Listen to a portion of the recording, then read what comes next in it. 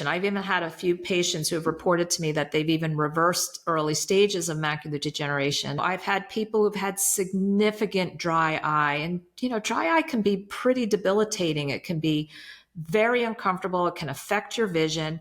And yeah, you can reverse it by the proper human diet. Hello, friends. Thank you so much for joining me again today. My guest this afternoon is someone who I share a very special bond with. It is an elite club out here of people with unpronounceable last names that start with a W, and today we've got two of them for you. Myself, Ben Wehrman, or is it Wehrman? Or is it Wehrman? After 29 years, I don't even know, guys. Even people in my own family pronounce it differently. And my very special guest, and I'm going to swing for it here, Dr. Lisa Wiedeman. Thank you so much for joining me today. Did I nail it? So glad to be here with you, Ben. Thanks for inviting me. Absolutely. And the way that I like to start all of these is pretty much just get your story, your health story, your journey in becoming a doctor, and the handle that you use on social media, Carnivore Doctor. People see that and they think you're crazy. You only eat meat, you wild person? What's up with that? So why don't you give us a little backstory there? What happened? Well, yeah, so I guess I do kind of fly my own freak flag.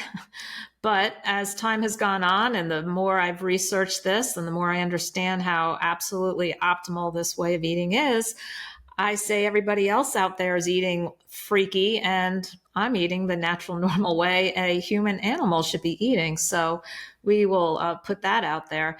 And the fact that I'm at a point where I really don't care what anybody thinks about what I put in my mouth and chew and swallow. It's very interesting. Nobody cared when I was binging on cookies and ice cream and pizza and pasta and garbage. And now all of a sudden when I'm eating, red meat, seafood and eggs, I'm about ready to kill myself, they think, because of the cholesterol and, on and on. I've heard it all, and I've done this for over 15 years now. So yeah, I've heard it all. But my personal story is I'm an optometric physician. I've been an eye doctor for over 33 years.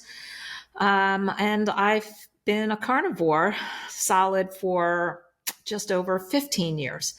And I was so fortunate to have found this. I suffered most of my life with disordered eating, sugar addiction, carb addiction, food addiction, volume addiction, binge eating, you name it. I went through it. I was trying to lose weight any which way I could, cabbage soup diet, all sorts of things, because I knew being fat wasn't healthy and that I struggled. I struggled around food and I didn't know why. I had no clue that there was such a thing as actually being addicted to sugar, and had no clue that it was even more addictive than cocaine and heroin.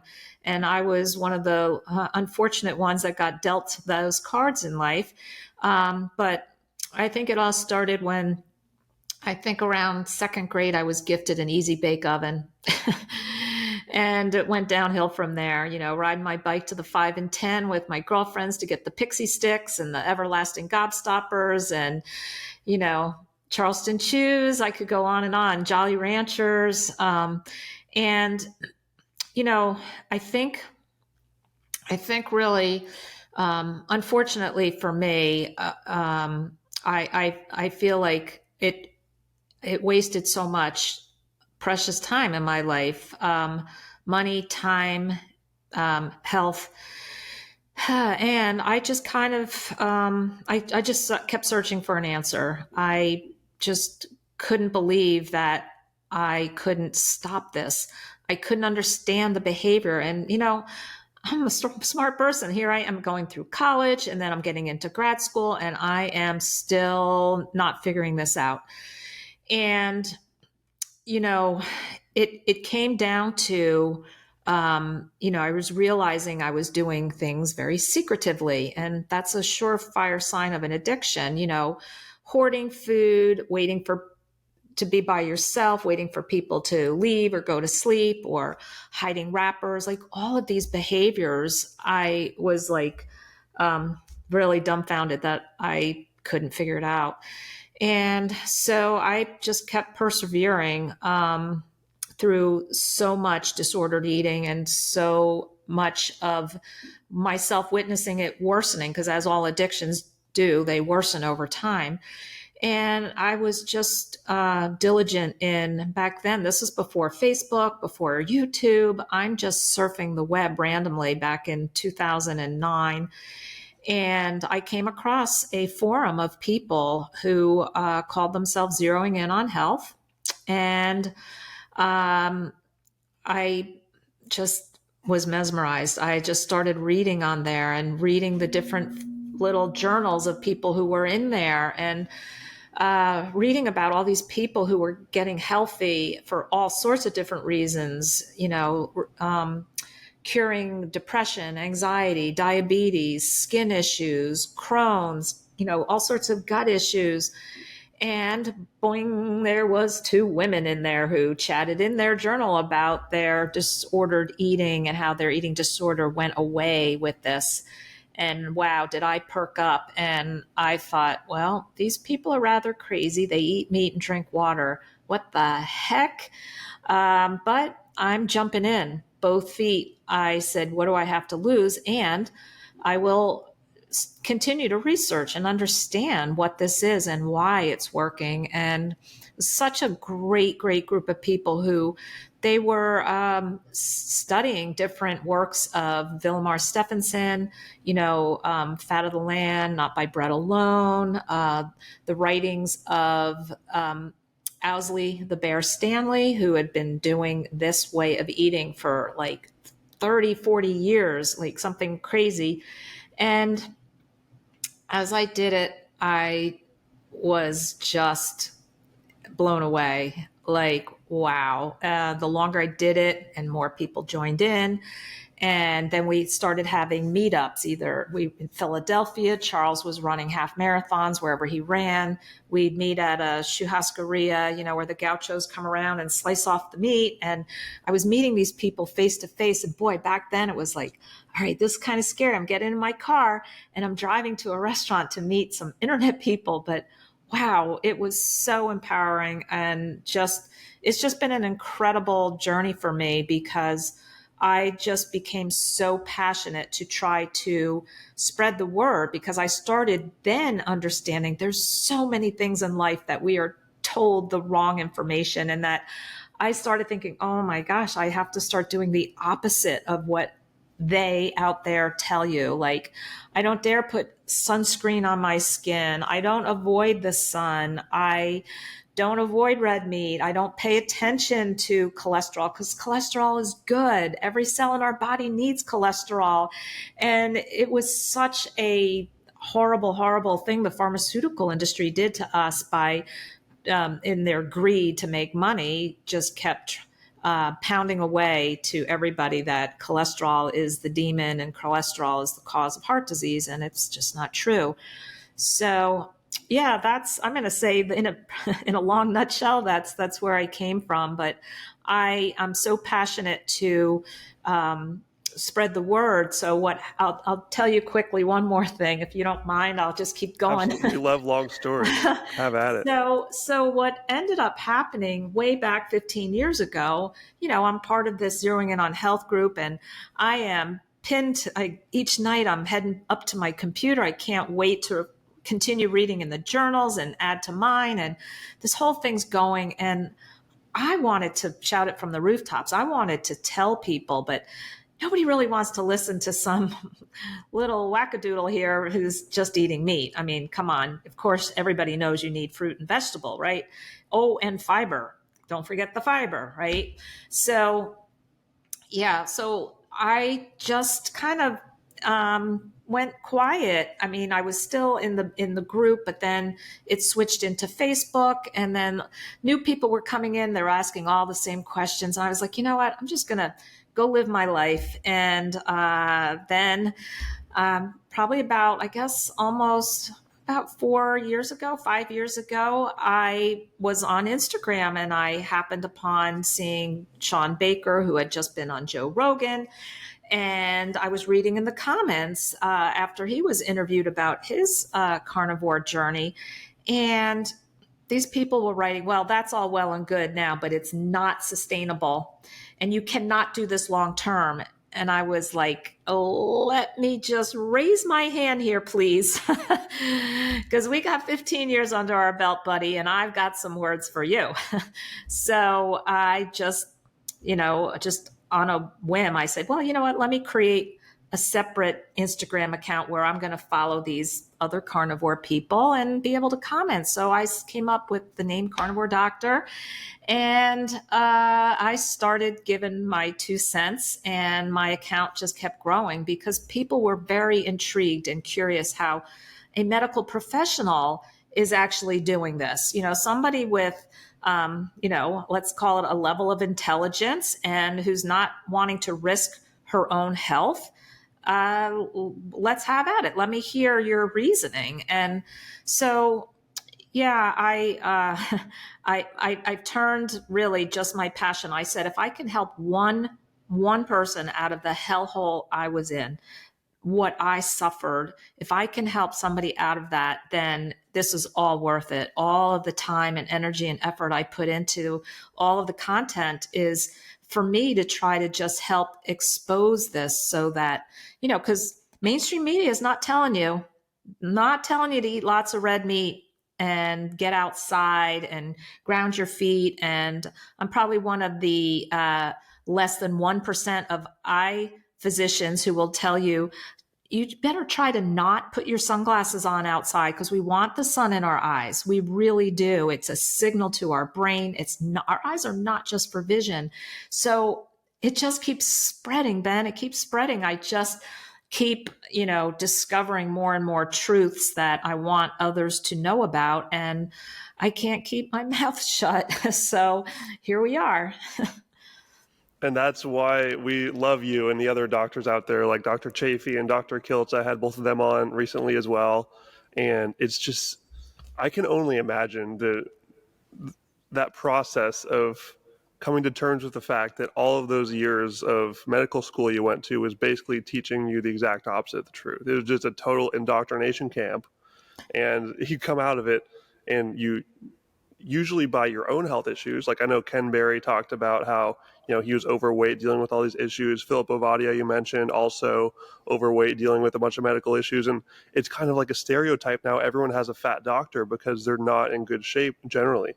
And it's because they're following their own advice of eating lots of plants and not eating meat and not getting in the sun. Or if you do, you better wear your sunscreen, like you said.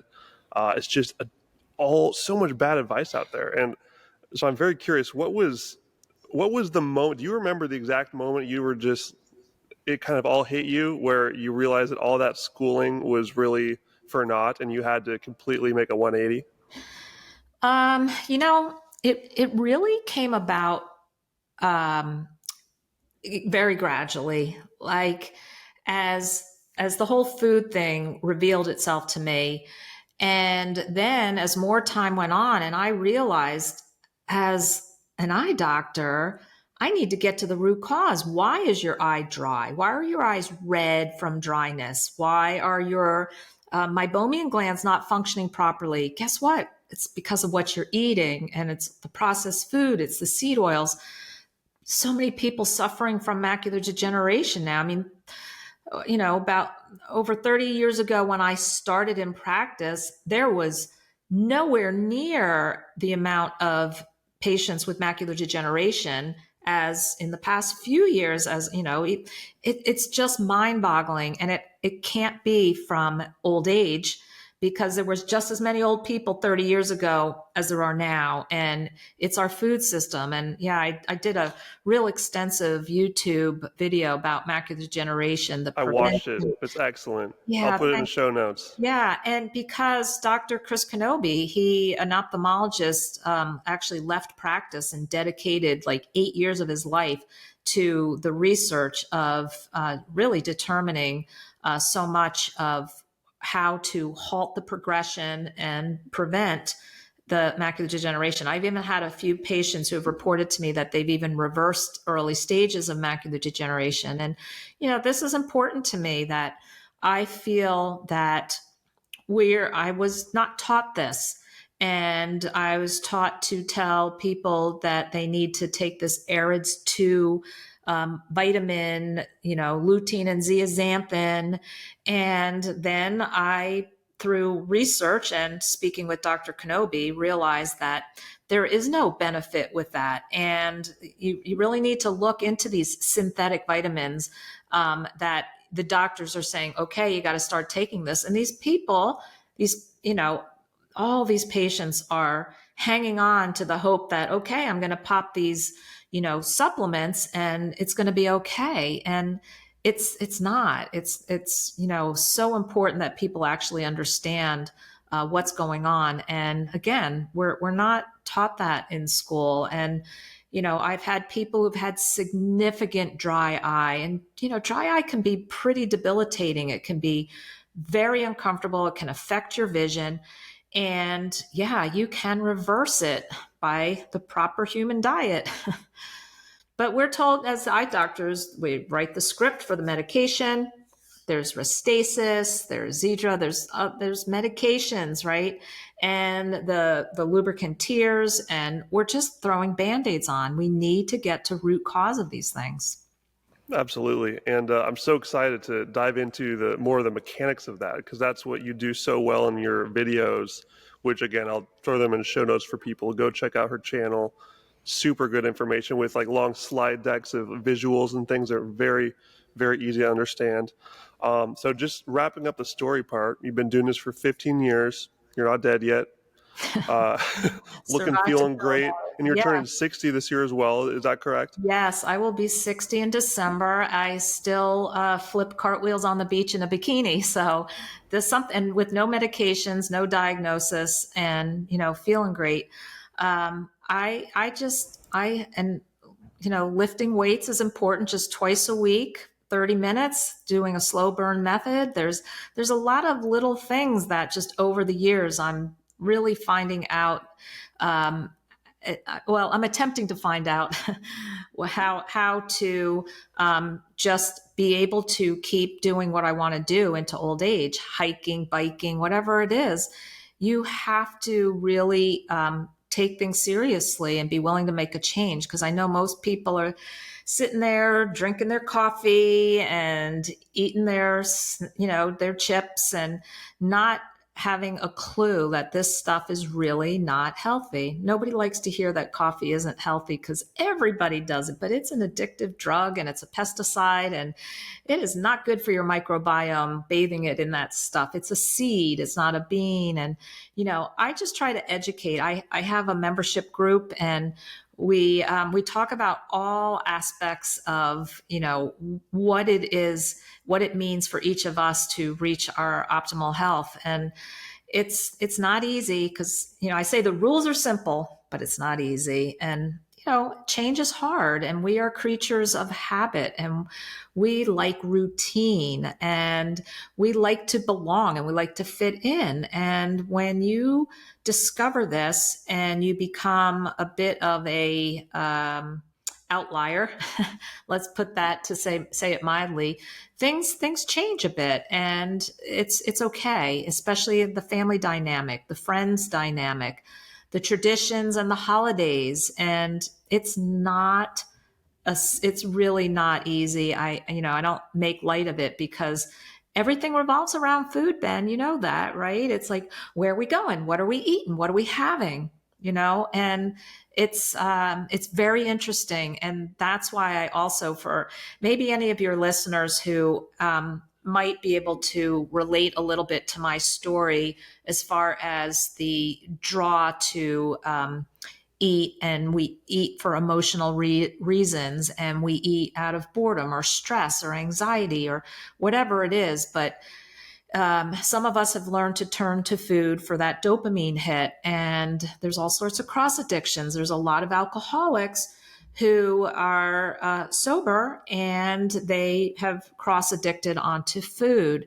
And it's just really important that you understand that this is one of the most difficult addictions to overcome, because it is everywhere. You can't buy a hammer in Home Depot without having Kit Kats and M&Ms in your face. And it in people at different events or family things or holidays. And even though you might have declared, I don't eat that anymore, people, oh, you have to have it. What do you mean you're never going to have this? Come on. Nobody would do that to an Have some alcoholic. fun. Come Yeah. on. Yeah. You only live once. Nobody would do that to an alcoholic or a drug addict, right? Start offering them their drug of choice, right? But it's okay to offer me, Aunt Sue's apple crumble a la mode, right? Because people don't understand it. They don't recognize it as an actual addiction. And it's no joke. You have to really have a plan in place, and you have to understand that, at least from my world and the people that I coach, abstinence is the answer, not moderation.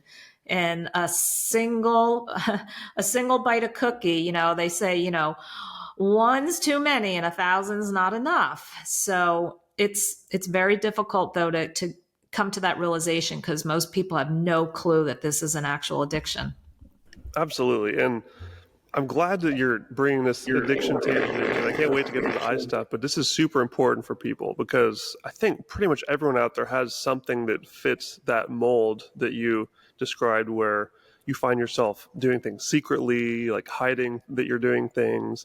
And to me, the simplest definition that I follow is, if you know something is not serving you, it's bad for you, but you continue to do it, then I consider that an addiction. I think it's really that simple.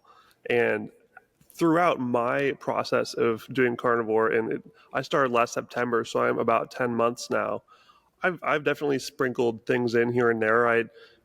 Just mostly as an experiment. I'll get my journal out and see, I wonder what happens to my body if I, have a mango after a few months of being strict lion diet. And when I was in Mexico, for example, they get tons of free fruit in this place I was living. And so I had lion diet for a month, and then I wonder what happens if I have a mango tonight. I used to have that like every day. So I had a mango, and I can feel the differences in the next couple of days. My eating pattern gets kind of whacked out. I crave sweetness more, and the meat is less satisfying too. It's like, as I'm eating the steak, I just like wish I had some more sweet things to have with it. It just becomes a little bit more of a struggle to get through these meals, because your brain is all of a sudden brought into it instead of your actual like body's nourishment True. mechanisms. Yeah. It becomes emotional. The true hunger signals get really lost when there's, let's say, fruit and sweetener involved. And, so many people cross addict onto stevia because everybody says, oh, it's natural, it's fine. And it's really not. If you dive deep and get past all of the money, manufacturers, products and all that, and you really dive deep, I say it's really not something that our bodies are intended to have. I say it's like changing seats on the Titanic. You're still going down. You're still going to have cravings. You're still going to have that. And what I say, you won't have peace around food. And I also talk about, people have to be very cautious coming off of their, let's say, sugar sweet addiction.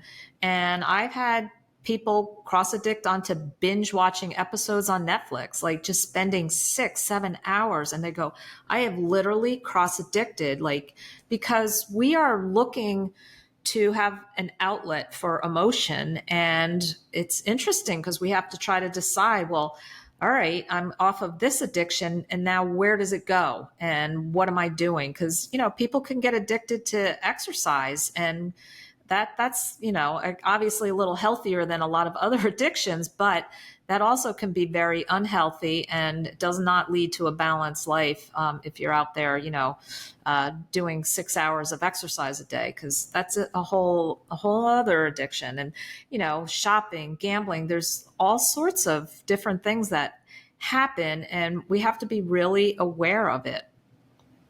Yeah, and it all really comes down to your brain. Like those are all mental things. When you're addicted to something and just connected to it, like you have an emotional connection to it.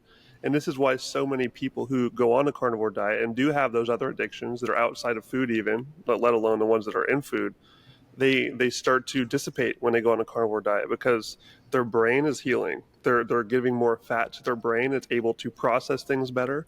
And it's very common for these completely, different addictions like smoking or alcohol or one of the ones you mentioned to just become much easier to manage once people just fix their diet and are just eating lots of fatty meat.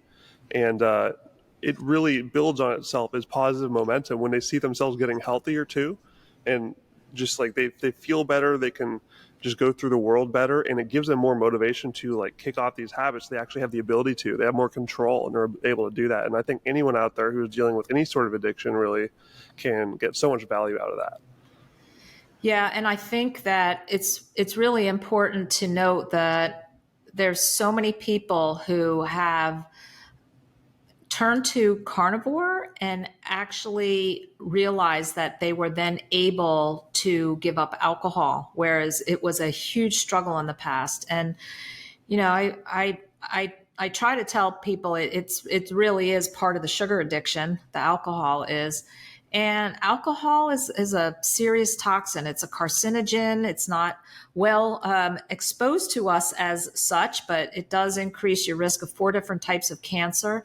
It is toxic to your liver, and it's no joke. It should not be this fun little social drink that we all laugh about and think that it's okay. But I think there's so much validity to getting over addictions when you have a solid nutritional plan that gets rid of the brain inflammation, gets rid of the mental fog, the depression, the anxiety. You can think clearer and move forward with your plan and understand that.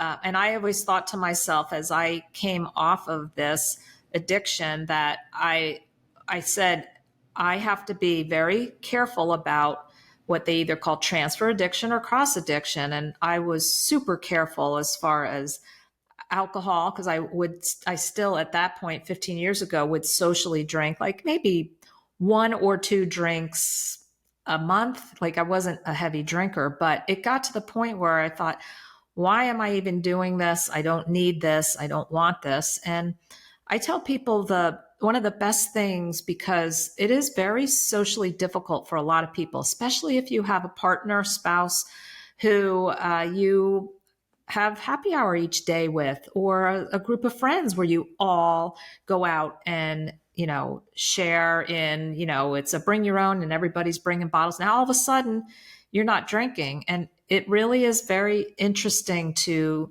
try to navigate that kind of situation. And I just say one of the best things to say is, I just realized I don't feel good when I eat that, or I don't feel good when I drink. And I've just decided that I'm going to do a 90-day challenge and I feel great.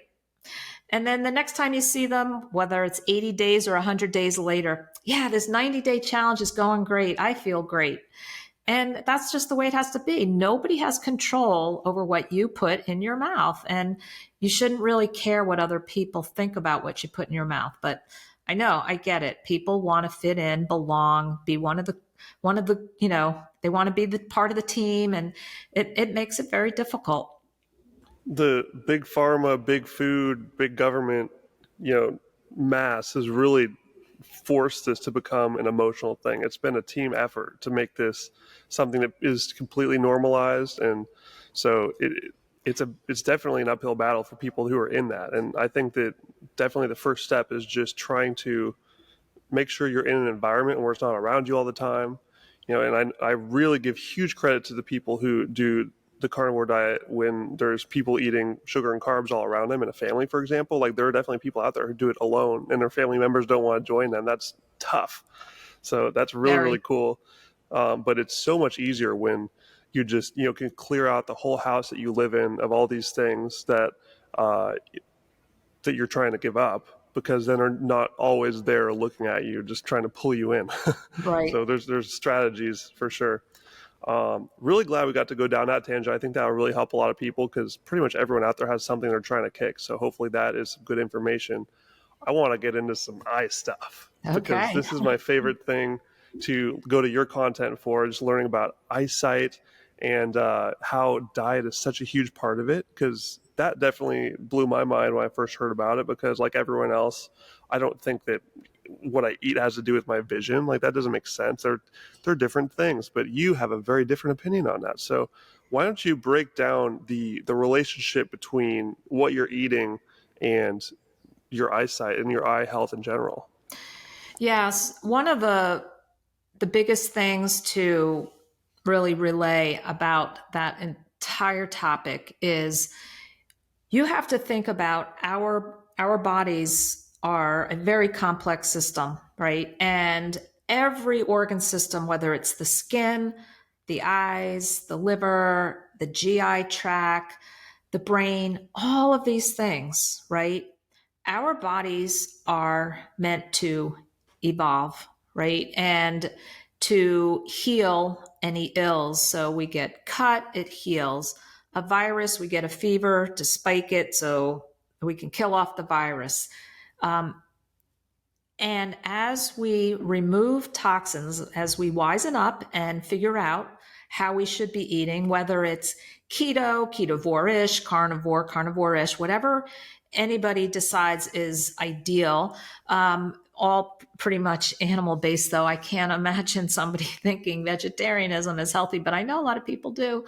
But in any case, once you have removed the sugars, the grains, the processed foods, the seed oils.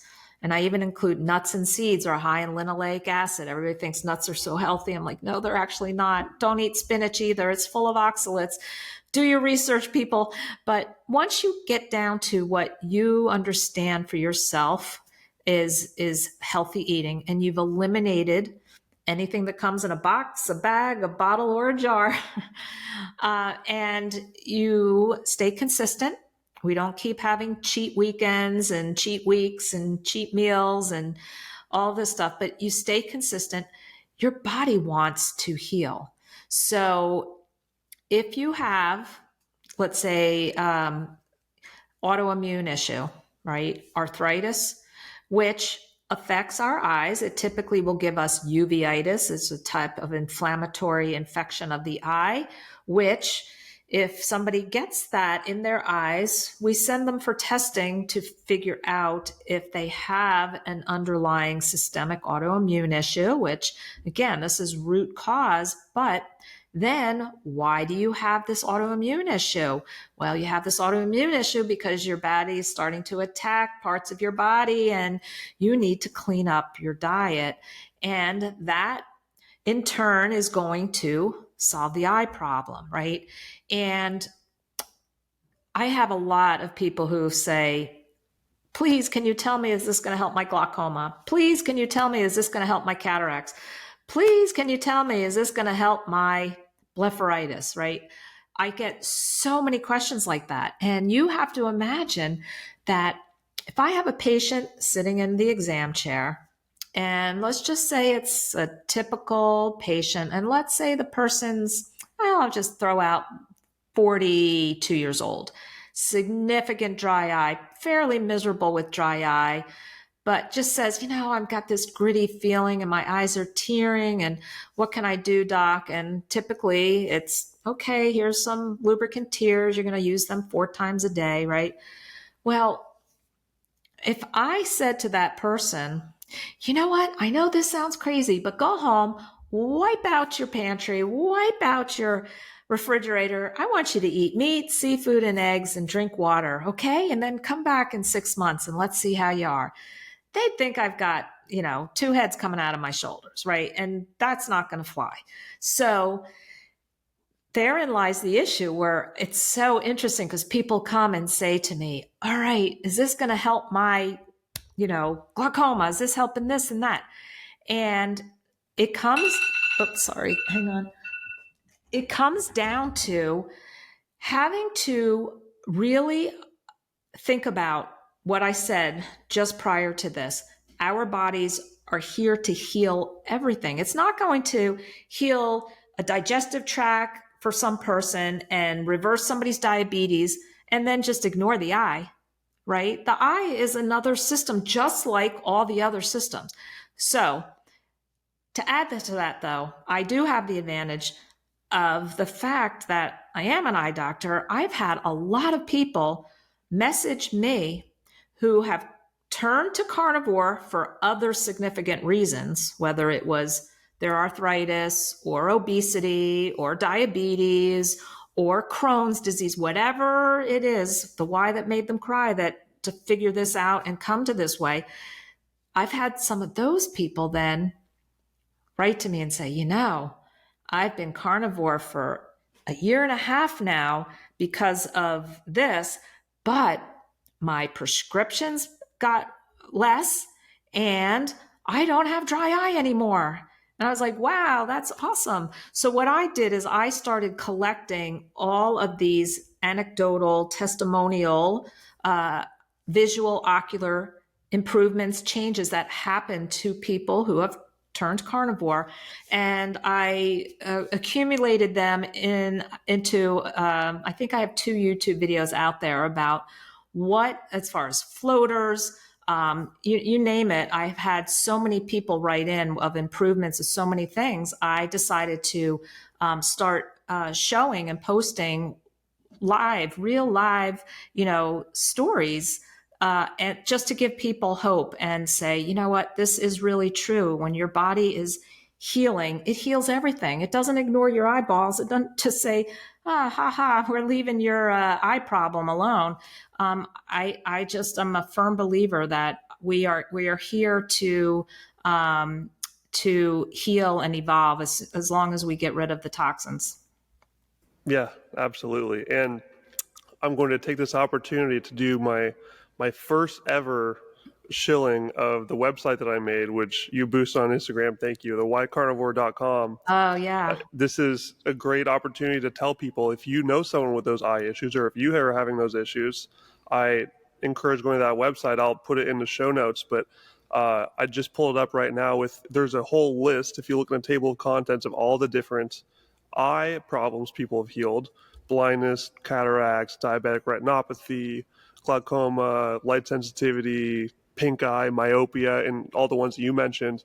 You can just go in there and click on it, and it'll take you down to that section with a bunch of testimonials and videos about it. And that section is pretty much the Dr. Wiedeman show, because that's your thing. You talk about all these eye issues. So that is the place to go for all of those. It's really exciting how many of these things can be fixed. How few people out there know that your vision can actually be healed, and your eyesight will get better from the carnivore diet. That's mind-blowing to so many people, and myself included. That's completely changed the way I think about food and just health in general, because that seems like it's something that's so separate, but it really does all come together.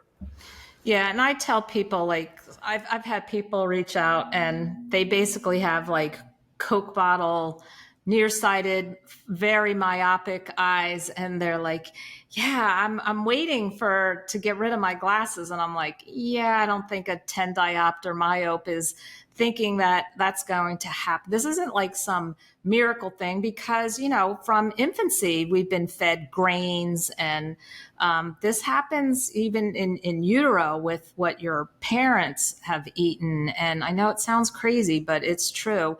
And there's a lot more to it than, when you keep going down the rabbit hole, you start understanding that our eyes are not just for vision, and they are connected to our brains. And it is very intricately tied into our circadian rhythm and melatonin and sleep and so many other things. And also the toxic blue light. Once the sun sets, we should be wearing blue blocking glasses so that our screen, and decrease our screen time. The laptops, the tablets, the phones, and even the LED, because, now the lighting in our homes is, I will say, it actually toxic to our eyes and our bodies. Once the sun sets, we really need to be paying attention to this. And that's also part of the health of our eyes. And, I try to not be such a proponent that carnivore diet is the miracle cure, end all be all, because there's a lot of other things tied in, the grounding, spending time outside. We are meant to be outside, and we spend like so little time outside now compared to what naturally we were intended to, and we should. And that's all part of, of being healthy is, it's, grounding, walking in bare feet out there too. And it's all, we could just keep going down the rabbit hole, and it's not easy trying to figure this all out. Yeah, and it really is an adventure of just finding and implementing all of these different tips and strategies into your life that can all create their own improvements in different areas. And like you mentioned, just the importance of your eyes throughout your entire life and how delicate they are. This is one of the first things that starts to show problems when you're not healthy, because it has really little tiny little capillaries in there that when those get and you probably can describe this much better than I can, but it's basically when you get inflammation from eating bad food, or staring at screens too much, or name your bad habit that causes inflammation. Well, and You're sugar, the glycolysis of sugar can damage the lens, and we're talking cataracts. And you don't want your lens to have to be removed and an acrylic, lens put in there, because now what happens? Now, what's it filtering as far as UV? What kind of natural light are you getting in your eyes when you have your lenses replaced? That there's a lot of concern. So we've got one vessel to go around with, and we have to try to keep our teeth, keep our eyes, everything is really, really important. Because gosh, you could go down the rabbit hole with root canal too, right? Don't get me started on all this stuff, because it's really important to try to open your eyes to everything. And I did a video on mammographies, that I don't get mammographies. And again, this is all like crazy stuff to a lot of people. Like, what do you mean? I go, no, I don't irradiate my healthy breast tissue. Especially with how high false positive they come up with. And yeah, it's a whole, we could talk for hours, Ben. Yeah, and also just the importance of not letting, and this is actually a good segue because I was going to bring this up, not getting too down on yourself if you have made some of these mistakes in the past, or if you've done some of these things and you're now starting to regret them because you're learning more. And Right. because a lot of us have had these really bad habits for a long time. And I'm only 29 years old, but I for sure, oh my gosh, my youth, I spent so many hours of each of my days just face stuffed in a Game Boy, playing Mario and playing Call of Duty with my friends on Xbox till 3 a.m. Sunglasses everywhere, sunscreen always just on me. And it's made me a little bit paranoid now that I've learned all of this, just knowing like how much damage I've done. Like, oh my gosh. But that's so comical, Ben, because you're so young, I and know. most people don't find this until their 50s or 60s. And it's interesting because Charles Washington had such a great thing that he said is, the lucky ones get fat, because it's typically being overweight, and for vanity reasons, people are like, oh, I got to figure out how to get this off. And they're searching and searching and come about it and attempt it because of that. If you're not lucky enough to get fat, then you just have to wait for this slow suicide to finally get you to a certain level of symptoms, whether it's achy joints or GI issues or diabetes or whatever the health crisis becomes. But typically decades of eating this garbage later, it hits you. So it's the lucky ones that got overweight at a younger age and said, I got to do something about it and find this earlier. But everybody said, I can just tell you, it's like, I found this when I was 44, and I thought to myself, God, if I had only found this when I was 20, oh my gosh, how much suffering I could have, been out of, and so much horrible. I was in a very bad place. And it's so interesting because now here I am 15 years later as a 15-year carnivore. And I hear so many people that are saying the same thing I said back then. And they're like, God, I wish I had found this earlier like you did. And I said, yeah, but I was saying the same thing back then. And everybody says it because, yeah, when you know, and then you're like, wow, this would have been so awesome to have known this earlier. Yeah.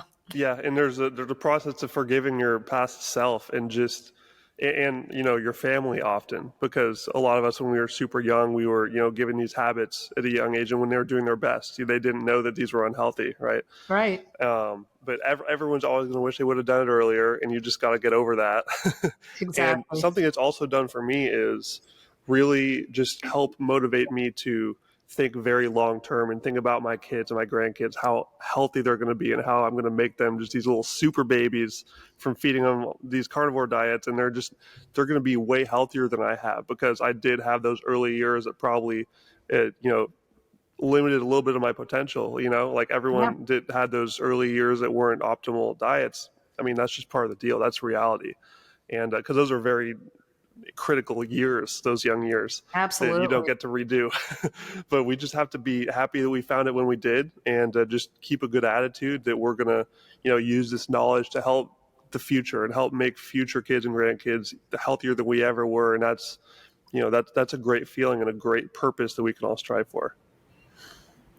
Yeah, I think that, oh gosh, I say, man, if my kids are 25 and 27 now, and gosh, yeah, I so wish I knew back then, what I know now. They would have been weaned on, teething on beef bones, and definitely not the grain rice cereal and garbage that the pediatricians told you to do. And I wouldn't have had them vaccinated at all. And there's so many things, but you're right. You can't look back. Hindsight's 2020. Hear it from an eye doctor, right?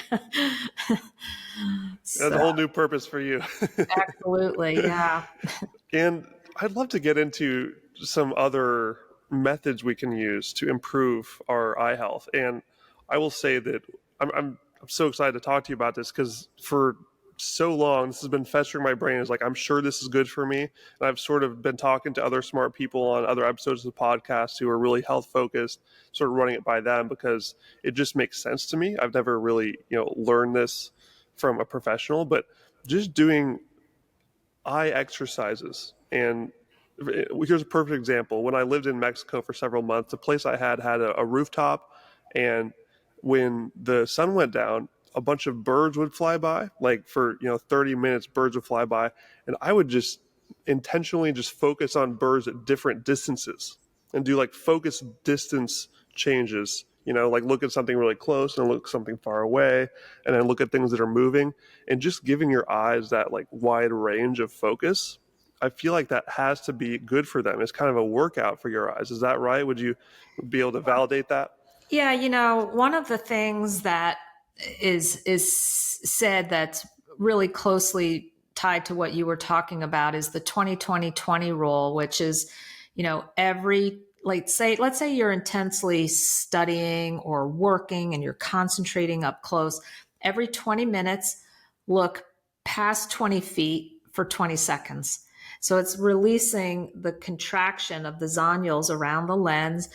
And, I try to relate everything pretty much ancestrally.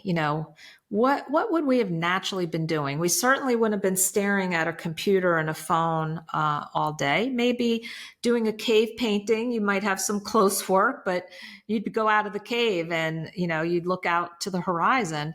And that really is much more natural. And it comes down to another thing that I just keep writing when I post on Instagram. I say, get outside. Just constant reminder, get outside, get outside, outside. It's really the key, because outside we're looking, out to what's called optical infinity, where our eyes are in the relaxed state. We're letting the proper photons in, whether it's at sunrise, midday, or at sunset. All of the angles of the sun actually give our brain a signal, and it's just an amazing intricate system that you don't even have to understand it. You just have to trust it and believe it, that we as animals thrive to be in the sun and be outside. Yeah, and another thing I've been doing, which I recommend to people to check out if you live somewhere you can do this is to sort of stack these different good health habits that are outside. When I was in Colombia, there was a little park that was on a hill. I would go stand barefoot in the grass, grounding, and looking at that very far distance at the same time. And so you're helping your eyes out. You're doing the grounding, which is helping lower your inflammation.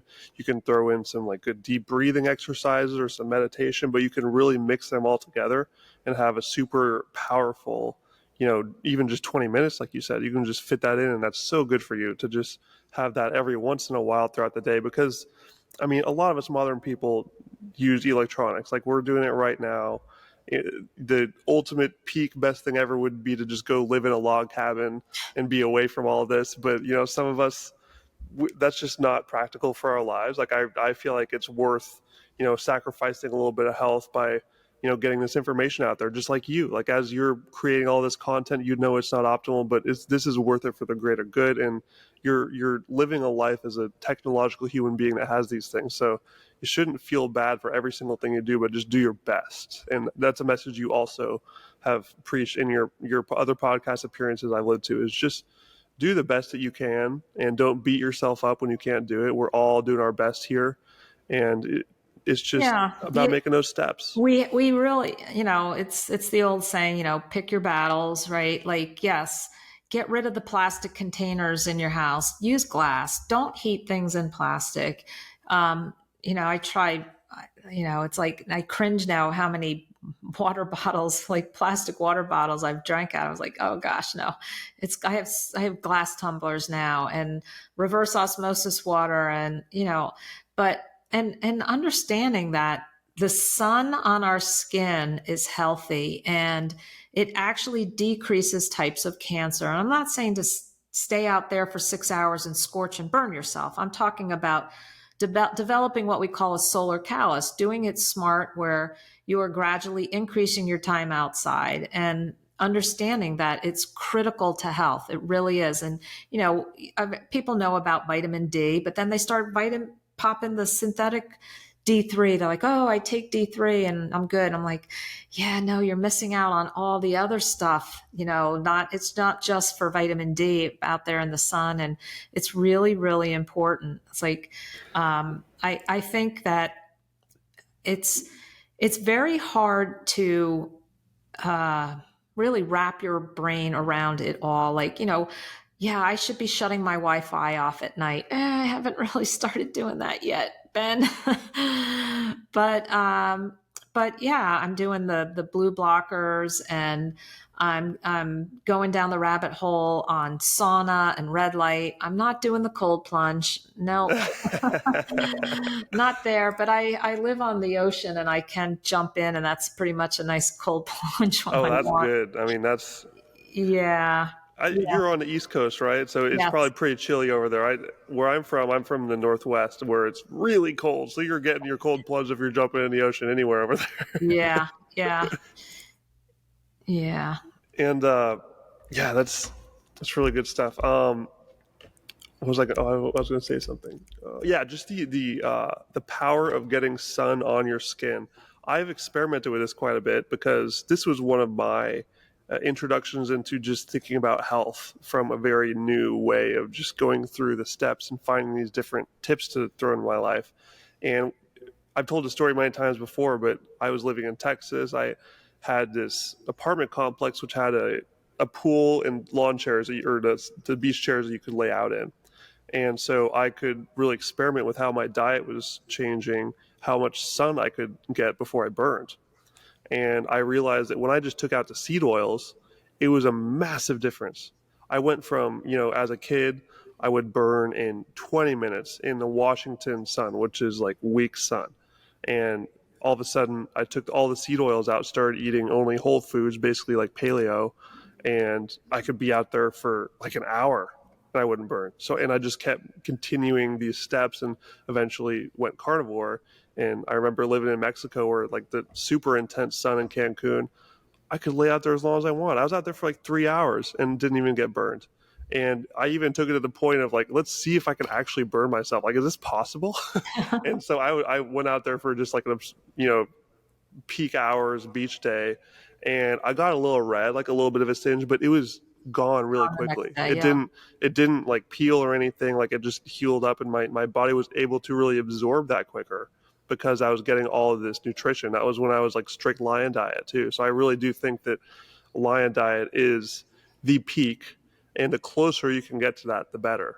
And lion diet, for those who don't know, is just beef, salt, and water. It's Yeah, or the ruminant meat, salt and ruminant water. meat. So Yes. lamb, I do pretty much lamb and beef, and I try to stick to lion, or what I call lion adjacent, because some people do perfectly fine with eggs, and some do perfectly fine with salmon and sardines and some seafood, and they like to put that in. So yeah, I like to make sure that people are just trying to figure out what is sustainable for them and what type of variety do they feel they need, but also understanding that sometimes less variety is better because of certain relationships with food. It becomes very freeing to limit your selection down to ruminant meat, salt, and water.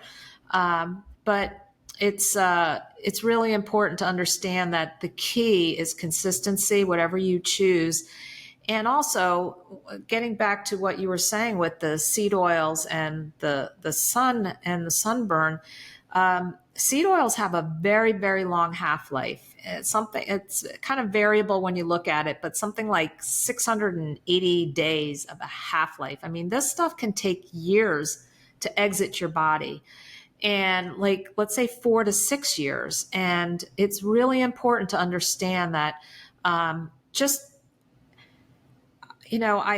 I think so many people go on social media and see some of these success stories where they hold up the huge pants, and people say, "Oh, I lost 45 pounds in the first month," and all this crazy stuff. And just understand, you're seeing a small, percentage of people that have a very quick response to it. But in general, most of us have spent, not you, Ben, because you found this very young, have spent decades, multiple decades, 4, 5, 6 decades eating an entirely different way. Now you determine and figure out where you need to be with this, and you're not eating the processed foods. Even restaurants, oh my gosh, even when you think you're getting a healthy pan-seared salmon, they squirt that seed oil in the pan and they put it on steaks and chops too. You have to tell them you're allergic to all oil when you go into a restaurant. You think you're getting a healthy grilled ribeye, and you'd be surprised how many restaurants actually either spray it or coat it with some type of not healthy seed oil. And you want to do your best to eliminate it entirely so that you can have these benefits of the health benefits, the skin and the sun benefits. And it's no joke. It's everywhere. And ideally we eat at home because then you have control over your food, but that's not realistic. But I'm pretty good at having a discussion with the wait staff about my allergy. I've got a very special allergy. I say, I love butter. You can use all the butter as long as it's real butter, but I cannot have oil touch my food. I don't even want them putting olive oil on my food because 80% of them have been proven to be adulterated with the garbage oils, and I have no need for any oil in my body. So it's pretty easy if you just say, please don't let oil touch my food. But because, eating out is part of socialization, and it's part of a lot of people's lives. So you need to be aware of really how to navigate that the best you can. Yeah, and I remember when I learned that it really, takes like 4 to 6 years for the seed oil to really be completely out of your body, or at least a trace amount. Yep. Like I did that in 2022 is when I officially stopped. So that was only like 2 years ago. So I still have like half of that crap in me. So Yeah. it's really something that people need to do ASAP. Like really stop getting that out. That should be the absolute first thing you do. And another thing you mentioned in there that I wanted to touch on was this idea of variety. How so many people think that, oh, like I'm losing all this variety if I go carnivore. That's so sad. I just really want people to understand, like, there's good things and bad things, or good places to have variety in your life and other places that maybe shouldn't have variety. And I would argue that the fuel you're putting in your body is not necessarily something that you should be getting that variety from. Like, there's no other animal on earth that eats like a variety of all these different things. It Right. has one optimal specific diet that makes it feel the best, and it just automatically eats that. Yeah, most And I animals out there are eating the same thing every day. And I even say ancestrally, if there was a hunt going on and they were getting the woolly mammoth and they dragged it back, and guess what? They went back out and got a couple days later. You're having woolly mammoth again. Here we go. Like, big deal. I'm hungry. This is delicious. Great, right? So there's that. And also, the other thing you could say, even when you limit it down to ruminant meat, salt and water, I mean, even just say beef and lamb, you can also have venison, elk, bison, right? There's other things. But even if you just say beef and lamb, you've got flanken ribs, you've got oxtail, you've got beef ribs, you've got ribeye, you've got tenderloin, and then, lamb, there's all sorts of leg of lamb and lamb chops and lamb loin. And it's like, that's variety right there. It really is. And um, people will say, and to that variety, they also use that term. Oh my gosh, I get so bored. Don't you get bored eating all that meat? I go, no. Do you get bored standing online at the pharmacy waiting for your prescriptions? I don't have to do that. That would be boring to me. Do you get bored waiting in the waiting room of your doctor's office? That would be so boring to me. But you know what? I don't have to do that ever. I don't go to the doctor. That would be really boring. So, you could turn it around like that. And it's how you look at things. And just like getting over any other addiction, when you get over that sugar and carb addiction, the meat starts to taste amazing every time. It tastes better and better. Every single meal I have tastes even better, and I'm so excited for it every time. So you really learn to love it. It's not boring after you get over those cravings and you're in ketosis. Yeah, no, I'm never Hmm. bored. Never bored. Dr. Wiedemann, I know you need to run to a meeting pretty soon here, so we should wrap it up. What is your send-off message for the world here from the bona fide carnivore eye doctor of the internet? I would love to hear just your message to people out there, what they need to take away from this conversation today. Yeah, you know what? It's actually probably something that I didn't really touch on, and it's just that it's so near and dear to my heart as far as what I went through and what I suffered, is that of get yourself attached to a community of people, of like-minded people. Where however you do it, there's so many great groups out there. Dr. Kiltz has one. I have a private membership group. I go live 5 days a week with my members, and we talk. You can ask questions. You become this becomes your own like little family, because we feel very isolated, and addictions love isolation, and support and community is the opposite of addiction. And just get yourself engaged in meeting people and understanding that this is really normal and other people are out there doing the same thing. And you will emerge just so incredibly thrilled that you did. I love it, and I will leave the links to all of your social medias and your website where people can go find your own membership groups that you do. I know you do retreats also, which sounds super Yeah, cool. right here on the beach, I host little beach retreats. And yeah, I Amazing. try to do everything I can to get people just so immersed in this type of lifestyle that it becomes normal and healthy and happy. Absolutely love it, and I can't wait for more people to find that and learn more about you. Dr. Wiedemann, I appreciate you so much for coming today, and I look forward to staying in touch. I'm sure I want to do another one in the future and get even more into the technical eye stuff, because we sort of explored some other tangents today, so we'll keep in touch for that. That sounds great, Ben. Thanks for having Excellent. me. All I'll right, talk to take you care. later. Okay, bye.